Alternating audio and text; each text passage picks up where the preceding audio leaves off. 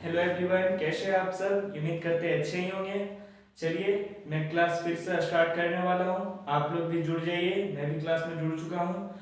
कल मैंने बता दिया था क्लास 1 2 3 मेरे इस यूट्यूब प्लेटफॉर्म पर मिल ही जाएगा। ठीक है, मैं अपलोड कर चुका हूँ। और जो क्लास 3 के जो मेन टॉपिक थे अभिलेख के बारे में, वो मैंने पोस्ट कर दिया हूँ। और जो मोस्ट इम्पोर्टेंट क्वेश्चन थे उसे भी मैं ये पोस्ट कर दिया हूँ। तो आप वहां से जाकर परचेज कर सकते हैं फ्री। नो कोर्स, नो मतलब नो मनी। ठीक है, कुछ भी पैसा नहीं लगेगा, आप फ्री परचेज कर सकते हैं। तो आज मैं फिर से क्लास स्टार्ट कर रहा हूँ, आप भी मेरे साथ जुड़ जाइए। और क्लास के अंतिम में 13 MCQ क्वेश्चन करवाने वाला हूँ। 13 या तो 14, ठीक है, 14 MCQ क्वेश्चन करवाने वाला हूँ। ऐसे ऐसे क्वेश्चन जो कि आज तक के कंपटीशन के लेवल में देखा गया है। ठीक है, तो चलिए मैं आज की क्लास स्टार्ट करता हूँ। मेरा जब अध्याय 3 है, अध्याय 1 है, ठीक है,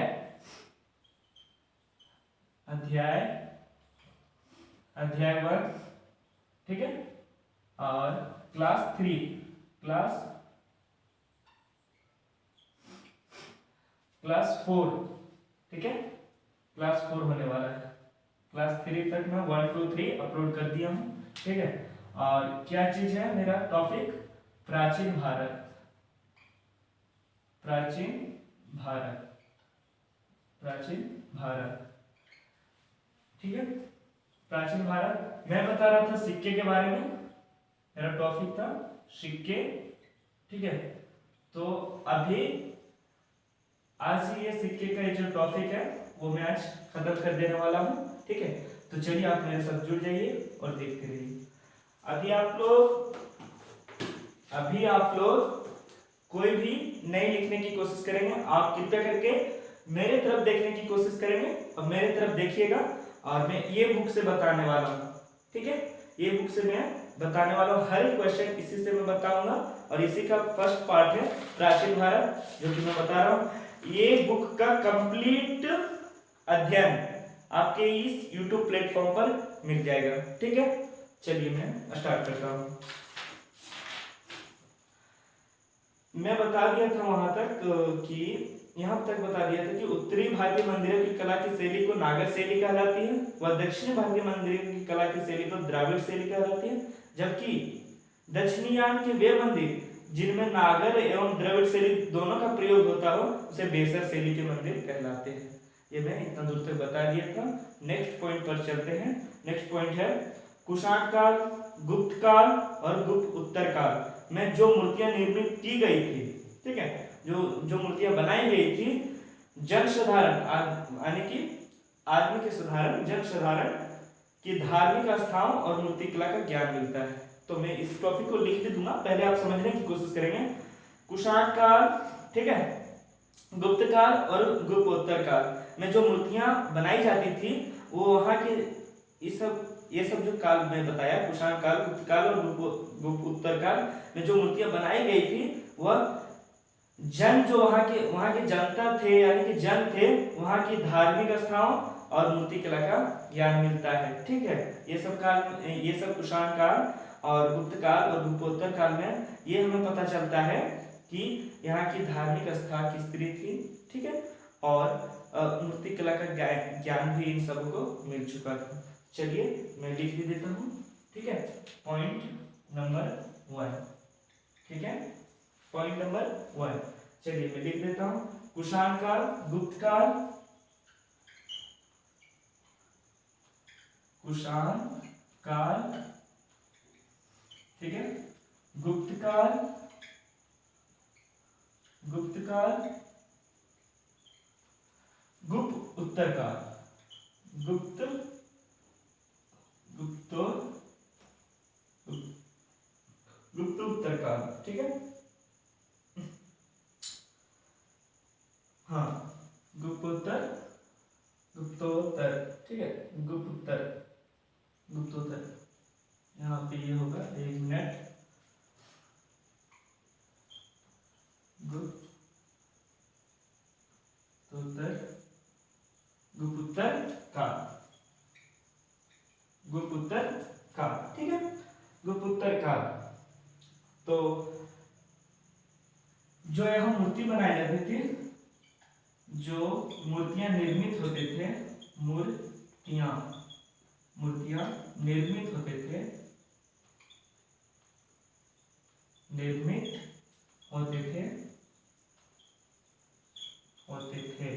ठीक है, जो मूर्तियां निर्मित होते थे उससे यह पता चलता है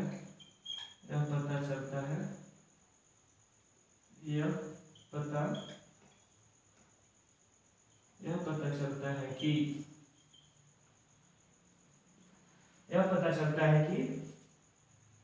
क्या क्या पता चलता है, धार्मिक आस्थाओं के बारे में, धार्मिक आस्थाओं के बारे में, ठीक है, बारे में और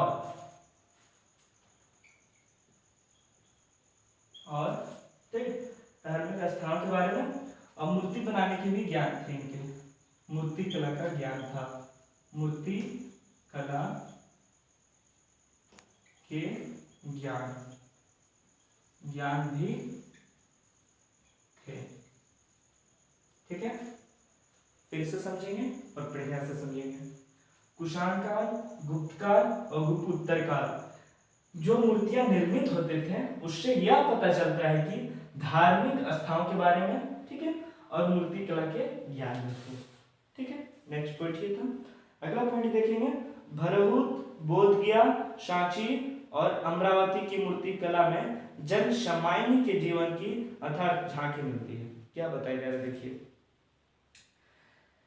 भरहुत, बोधगया, सांची और अमरावती की मूर्ति कला में जन सामान्य के जीवन की, ठीक है, जन सामान्य की जीवन की झांकी मिलती है। आने की देखिए, मैं लिख देता हूं फर्स्ट, फिर आप लोग समझा देंगे। भरहुत, एक मिनट,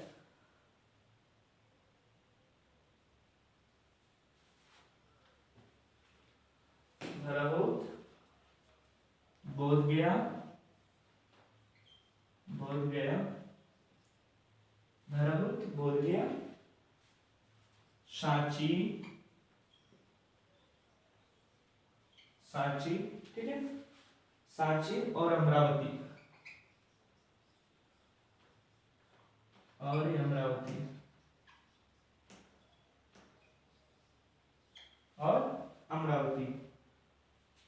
ठीक है, अमरावती की मूर्ति कला से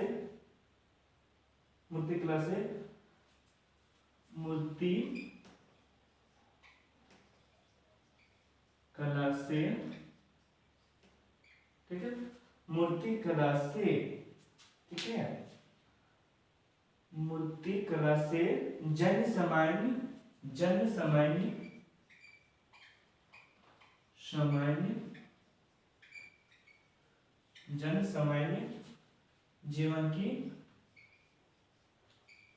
जीवन की जानकारी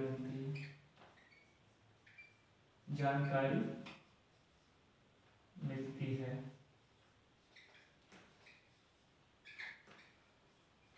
देखिए इस पॉइंट में क्या बताया गया है, भरहुत, बोधगया, सांची और अमरावती मूर्ति कला से जन सामान्य, ठीक है, समझ रहे हैं, जन सामान्य जीवन की जानकारी मिलती है। जीवन की सभी जन की जीवन जो थी ना वो सामान्य थी, ठीक है।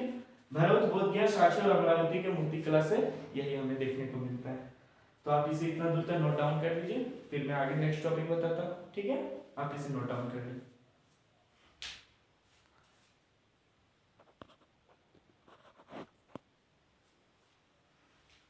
चलिए मैं नेक्स्ट टॉपिक की ओर बढ़ता हूँ, नेक्स्ट पॉइंट की तरफ, ठीक है।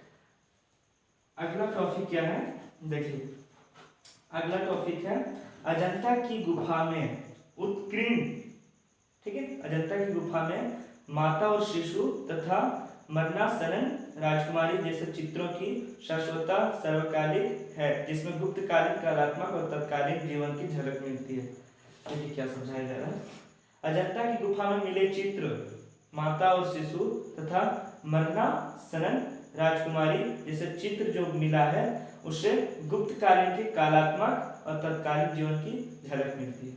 समझ में आ रहा है? नहीं तो मैं अभी लिख करके फिर से समझाता हूँ आपको। ठीक है, देखिए मैं लिख देता हूँ पॉइंट 3। ठीक है, अजंता, अजंता, ठीक है, अजंता की गुफा, अजंता की गुफा, अजंता की गुफा में मिले चित्र, अजंता की गुफा में मिले चित्र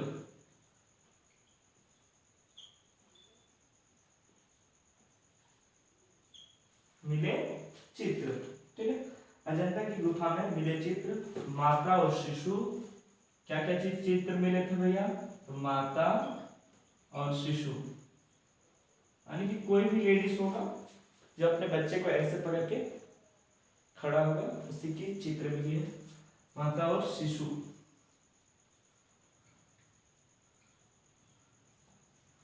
माता और शिशु मरना सनन, मरना शनन, ठीक है, मरना सनन, मरना सनन राजकुमारी, राजकुमारी, ठीक है, राजकुमारी, राजकुमारी जैसे चित्र से, जैसे राजकुमारी जैसे चित्र से मरणासनन, मरणासनन राजकुमारी जैसे चित्र से पता चलता है, चित्र से पता चलता है, से पता चलता है, पता चलता है कि गुप्तकालीन, की गुप्तकालीन, गुप्तकालीन, गुप्तकालीन कलात्मक और तत्कालीन जीवन जी रहे थे। गुप्तकालीन कलात्मक, गुप्तकालीन, इसको मैं मिटा देता हूँ इधर, इधर फ्रेश से लिख देता हूँ। गुप्तकालीन, गुप्तकालीन कलात्मक,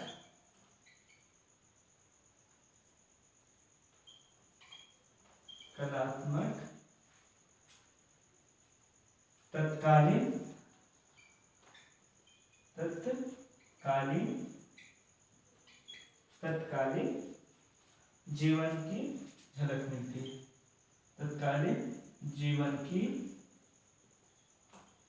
जीवन की झलक मिलती है, झलक मिलती है, आने की झलक मतलब देखने को मिलती है, ठीक है, मिलती है। अजंता की गुफा में जो मिला है चित्र माता और शिशु की और मरना सनन राजकुमारी की, जैसे चित्र से पता चलता है कि, यानी कि अजंता की गुफा में कौन कौन से चित्र मिले भैया? माता और शिशु, मरना सनन और राजकुमारी की चित्र मिला है, जिससे क्या पता चलता है? गुप्तकालीन कलात्मक, ये जो गुप्तकालीन, ठीक है, गुप्त, एक मिनट, गुप्तकालीन, सॉरी, ठीक है, गुप्तकालीन, गुप्तकालीन जो लोग थे वो कलात्मक तत्कालीन जीवन की झलक मिलती है, ठीक है, गुप्तकालीन कलात्मक तत्कालीन जीवन की झलक मिलती है, ठीक है। नेक्स्ट पॉइंट पढ़ो, नहीं फिर से समझा दो, चलिए। अजंता की गुफा में मिले चित्र, कौन कौन से चित्र मिले?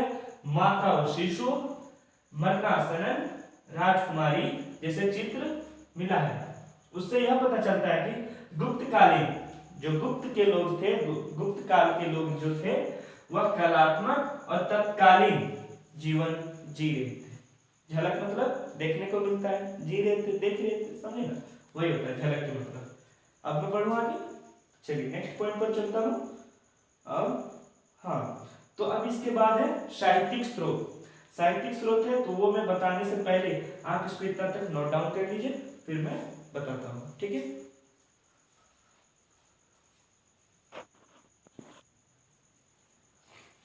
चलिए नेक्स्ट टॉपिक है मेरा साहित्यिक स्रोत, ठीक है, मैं लिख देता हूं फर्स्ट टॉपिक को, साहित्यिक स्रोत।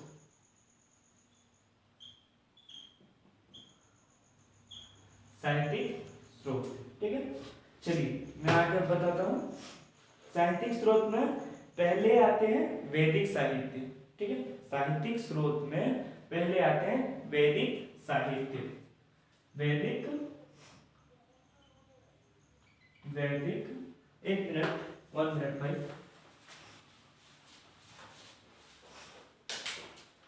मैं इधर लिख दे रहा हूं क्लास 4, CLASS क्लास 4, ठीक है। प्राचीन भारत के, प्राचीन भारत, ठीक है, प्राचीन भारत। अब क्या है, हम लोग पढ़ने वाले हैं साहित्यिक स्रोत। साहित्यिक साहित्यिक स्रोत, साहित्यिक स्रोत के बारे में, ठीक है। साहित्यिक स्रोत में फर्स्ट टॉपिक क्या है, वैदिक साहित्य। वैदिक साहित्य,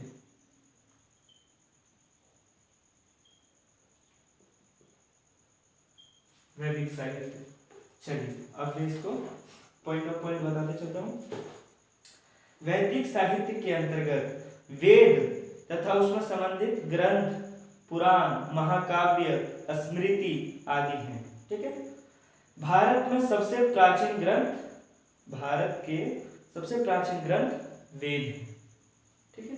मैं लिख दूंगा, वेद का शाब्दिक अर्थ है ज्ञान, ठीक है। श्रवण की परंपरा में सुरक्षित होने के कारण इसे, श्रवण की जो परंपरा थी ना भैया, उसमें सुरक्षित होने के, लोगों के सुरक्षित होने के कारण श्रुति, ठीक है, श्रुति भी कहा जाता है, तो श्रुति माना जाता है। वेदों की संकलनकर्ता यानी कि बनाने वाले, वेदों की संकलनकर्ता यानी कि बनाने वाले महर्षि कृष्ण देवप्यान वेद व्यास को माना जाता है। वेद में कुल 4 वेद हैं, कौन कौन से, ऋग्वेद, सामवेद, अथर्ववेद, यजुर्वेद, ठीक है। अब मैं इस सब पॉइंट को लिख दे रहा हूं। पॉइंट नंबर 1, ठीक है, वैदिक वैदिक साहित्य। वैदिक साहित्य के अंतर्गत ठीक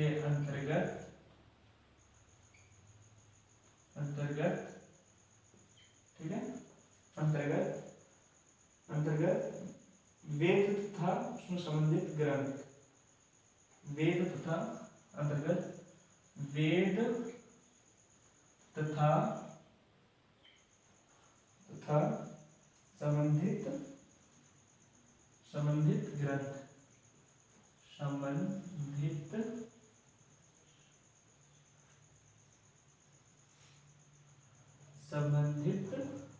ग्रंथ, संबंधित ग्रंथ, ठीक है। संबंधित ग्रंथ,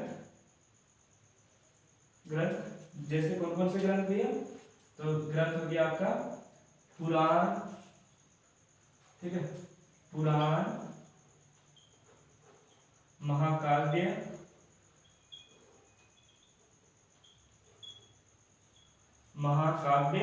ठीक है, महाकाव्य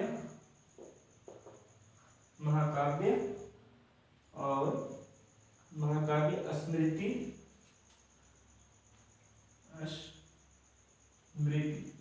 ठीक है, स्मृति,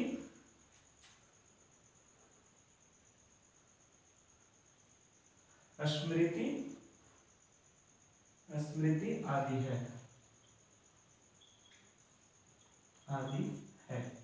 देखिए क्या बताया जा रहा है, ठीक। वैदिक साहित्य के अंतर्गत कौन कौन से ग्रंथ है भैया, वैदिक साहित्य के अंतर्गत वेद है तथा संबंधित ग्रंथ, कौन कौन से ग्रंथ, पुराण, महाकाव्य, स्मृति आदि है, और भी है, इसीलिए आदि वर्ड का यूज किया जा रहा है, ठीक है। अब मैं आगे चलता हूं। भारत भारत के सबसे प्राचीन ग्रंथ वेद। नेक्स्ट पॉइंट, भारत के सबसे प्राचीन ग्रंथ, सबसे प्राचीन ग्रंथ, भारत के सबसे प्राचीन ग्रंथ वेद है। क्या है? वेद, वेद। ठीक है, नेक्स्ट पॉइंट देख लेते हैं। वेद है, वेद का शाब्दिक अर्थ, वेद का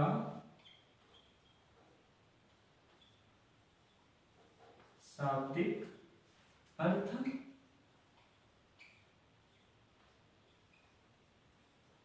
ज्ञान है। शाब्दिक अर्थ ज्ञान है। देख सकते हैं, वेद का शाब्दिक अर्थ ज्ञान है। ठीक है, नेक्स्ट पॉइंट है, श्रवण की परंपरा में, श्रवण परंपरा में देखिए, मैं लिख देता हूं फिर समझाऊंगा। श्रवण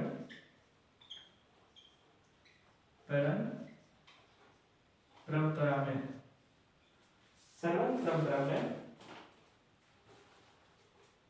श्रवण परंपरा में सुरक्षित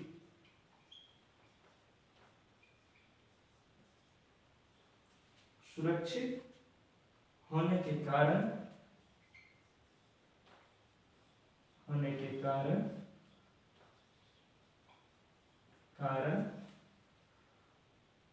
इसे श्रुति भी कहा जाता है। इसे श्रुति कहा जाता है।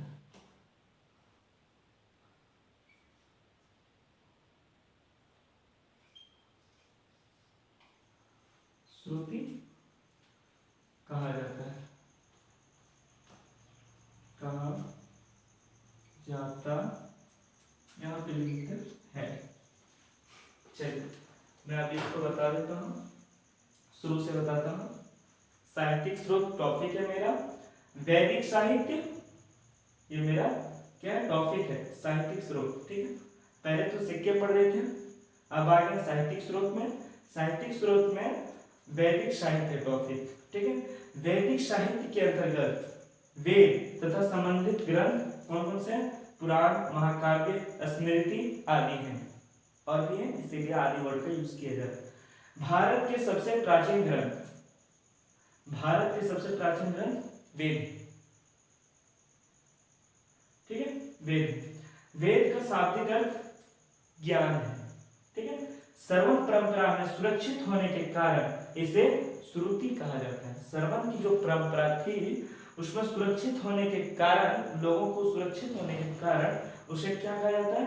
श्रुति कहा जाता है। ठीक है, आप इसे इतना नोट डाउन कर लो, फिर मैं नेक्स्ट पॉइंट बताता हूँ।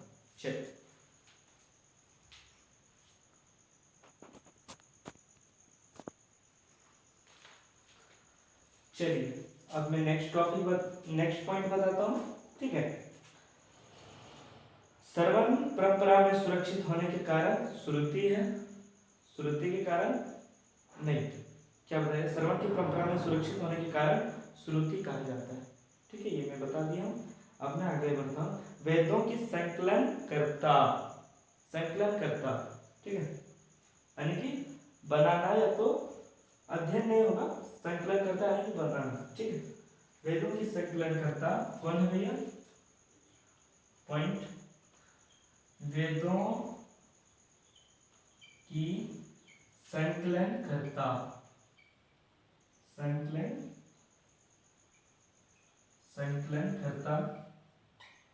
वेदों की संकलनकर्ता का नाम क्या था? वेदों की संकलनकर्ता का नाम वेदों की संकलनकर्ता का नाम था महर्षि कृष्ण, महर्षि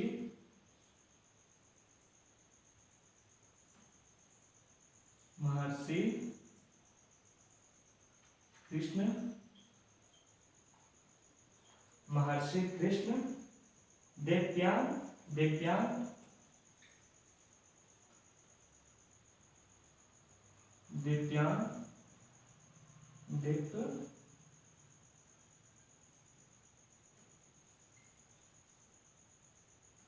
देवयान, ठीक है, महर्षि कृष्ण देवयान वेदव्यास, वेदव्यास,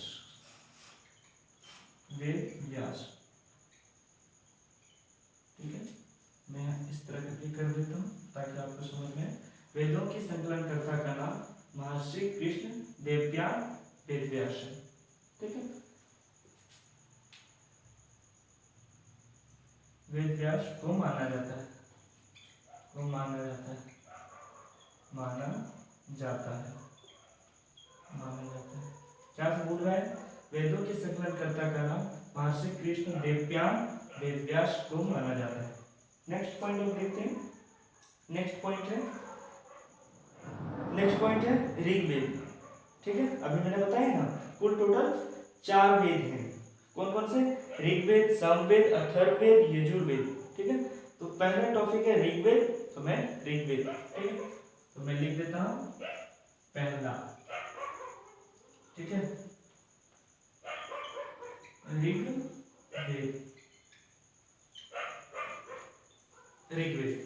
ऋग्वेद के बारे में जानकारी लेने वाले हैं। ब्राह्मण साहित्य में सबसे प्राचीन ग्रंथ ऋग्वेद है, लिख देता हूं, ठीक है। ब्राह्मण साहित्य,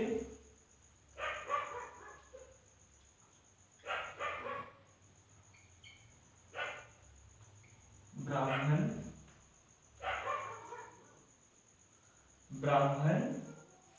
साहित्य, ब्राह्मण साहित्य, ठीक है। ब्राह्मण साहित्य में सबसे प्राचीन ग्रंथ, सबसे प्राचीन ग्रंथ क्या है? ऋग्वेद।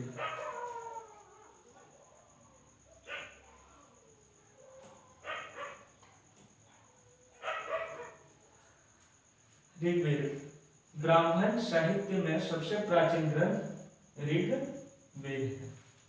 चलिए नेक्स्ट पॉइंट पर बढ़ता हूं, ठीक है।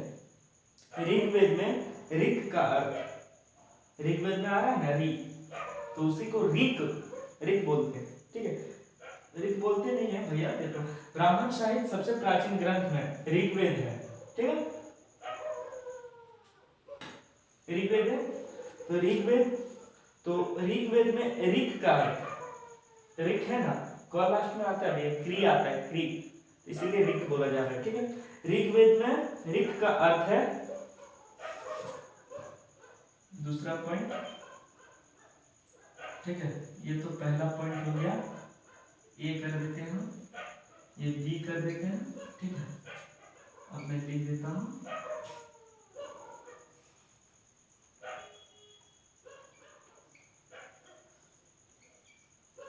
ऋग्वेद, ठीक है। ऋग्वेद में ऋक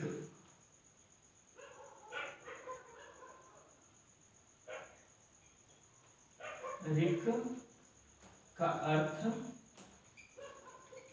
ऋक का अर्थ छंदों तथा चरणों से मुक्त अंत, छंदों तथा चरणों से मुक्त अंत,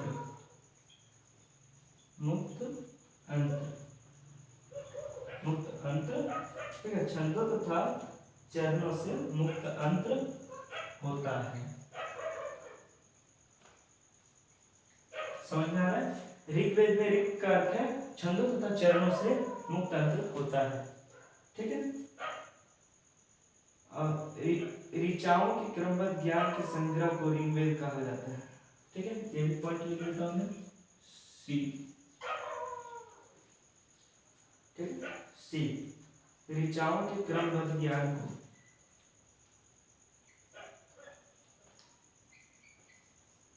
ऋचाओं के क्रमबद्ध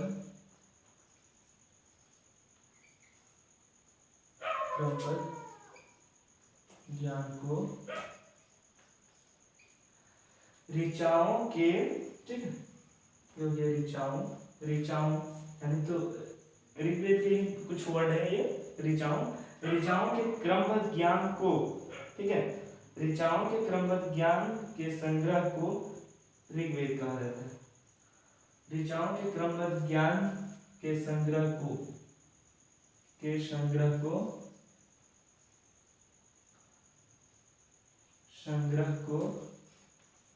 ऋग्वेद कहा जाता है। ऋग्वेद कहा जाता है। चलिए अब इससे बारी बारी से हम लोग समझेंगे, ठीक है। वेदों की संकलनकर्ता का नाम महर्षि कृष्ण देवप्यान वेदव्यास को माना जाता है, संकलनकर्ता, ठीक। ऋग्वेद अब आगे टॉपिक ऋग्वेद का, तब ए पॉइंट, ठीक है। ब्राह्मण साहित्य में सबसे प्राचीन ग्रंथ ऋग्वेद है। बी, ऋग्वेद में ऋग का अर्थ है छंदों तथा चरणों से मुक्त अंत्र, ठीक है। ऋग का अर्थ होता है छंदों तथा चरणों से मुक्त अंत्र। सी, ऋचाओं, ठीक है, ऋग्वेद के ही कुछ अलग वर्ड है। ऋचाओं के क्रमबद्ध ज्ञान के, ठीक है, 1 मिनट के, ऋचाओं के क्रमबद्ध ज्ञान के संग्रह को ऋग्वेद 1 मिनट ऋग्वेद कहा जाता है। आप इसे इतना तक नोट डाउन कर लो, फिर मैं बताता हूं, ठीक है।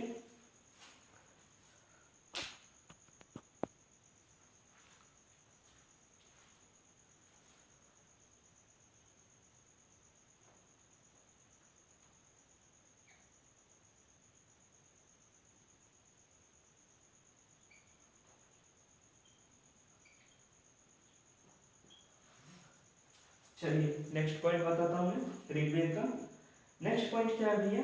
नेक्स्ट पॉइंट ये है, तो मैं यहाँ तक बता दिया था, ऋचाओं के क्रमबद्ध ज्ञान संग्रह को ऋग्वेद कहा जाता है, ठीक है।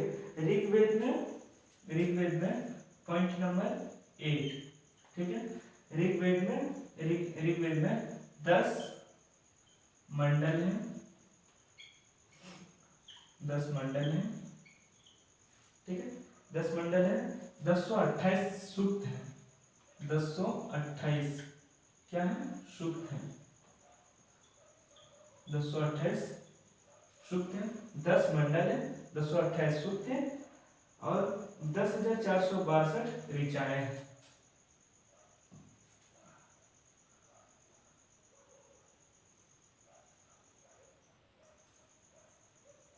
और 10,462, 10,462, ठीक है। 10,462 क्या है? ऋचाएं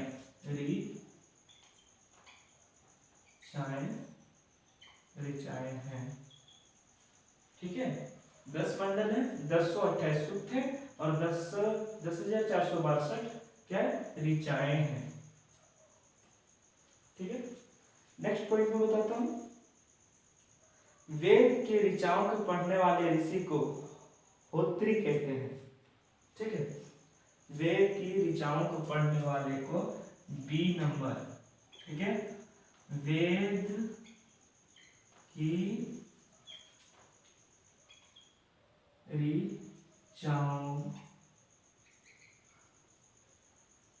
ऋचाओं के अध्ययन करने वाले को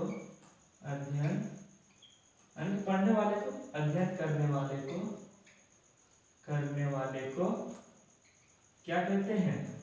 करने वाले को क्या कहते हैं भैया? तो होत्री कहते हैं, होत्री, ठीक है। मैं यहां लिख देता हूं, होत्री कहते हैं।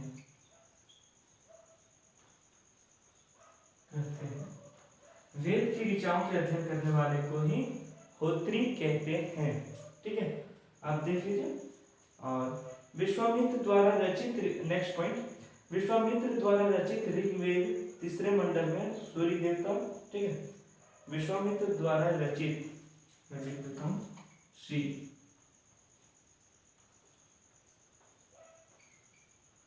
विश्वामित्र विश्वामित्र द्वारा रचित विश्वामित्र द्वारा रचित ऋग्वेद के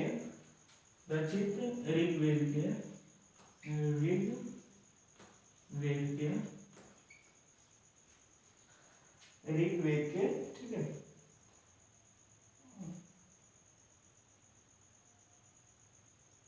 विश्वामित्र द्वारा रचित ऋग्वेद के तीसरे मंडल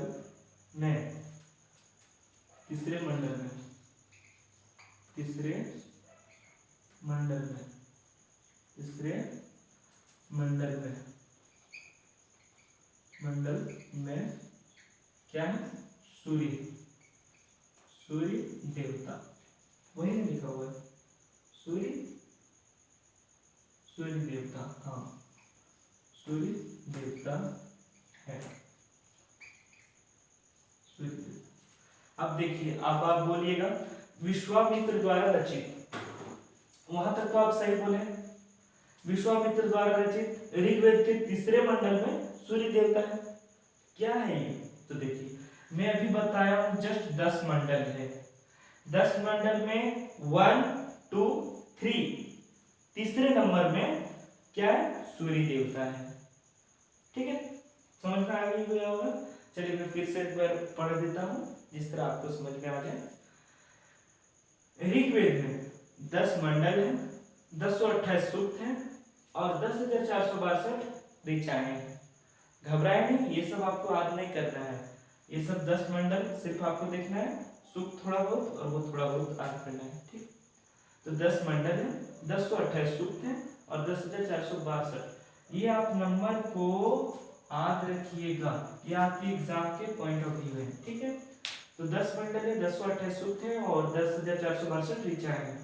वेद की ऋचाएं जो है, वेद की ऋचाओं के अध्ययन करने वाले को होत्री कहते हैं, ठीक है, होत्री कहते हैं, ठीक है। सी, पॉइंट नंबर सी, विश्वामित्र द्वारा रचित ऋग्वेद के तीसरे मंडल में सूर्य देवता है। 10 मंडल है, 10 में से तीसरे नंबर पर सूर्य देवता है। आप इसे इतना नोट डाउन करो, फिर मैं आगे टॉपिक बताता हूँ, नेक्स्ट पॉइंट बताता हूँ, ठीक है।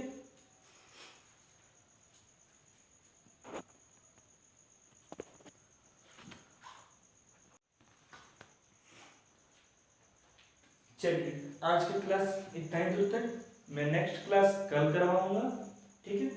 तो आज के 13 MCQ क्वेश्चन मैं करवाने वाला हूँ, आप रेडी रहिए, जो एग्जाम के पॉइंट ऑफ व्यू है, ठीक है। पहला क्वेश्चन है, कुषाण काल, गुप्त काल और गुप्तोत्तर काल में जो मूर्तियां बनाई गई है उनमें से क्या ज्ञान मिलती है, ठीक है, क्या ज्ञान मिलती है? जन साधारण की धार्मिक स्थानों और मूर्ति कला का ज्ञान मिलता है, ठीक है। आप बोलेंगे कि ये क्यों आप रोज रोज करवाते हैं? मैं इसलिए मैं इसको रोज रोज करवाता हूँ ताकि मैं जो बताया हूँ, ठीक है, ताकि मैं जो बताया हूँ वो आप भूले नहीं। यदि आप पढ़ करके जैसे ही क्लास समाप्त होती है उसके बाद आप एक बार रिवीजन कर लेना, तो फिर आप भूलने की चांसेस 3 दिन तक नहीं होती है, आप फिर उसे याद रख सकते हैं 3 दिन तक। और 3 दिन के अंदर फिर आप यदि रिवीजन कर लेते हैं तो फिर भूलने की चांसेस 1 सप्ताह तक खत्म हो जाती है। फिर यदि आप 1 सप्ताह के अंदर 3 बार और रिवीजन कर लें तो फिर आपके ये 2 सप्ताह तक चलती है, ठीक है। इसीलिए मैं रोज क्लास करवाने के बाद मैं ये आपकी MCQ क्या कहते हैं आपको ये मैं बोलता हूँ, पर ये MCQ है नहीं, एग्जाम के पॉइंट ऑफ व्यू के लेवल है नहीं, और आपको ये एक तरह से बोले तो रिवीजन भी हो जाता है मेरे भाई। तो चलिए मेरे साथ बने रहिए और आगे बढ़िए, ठीक है।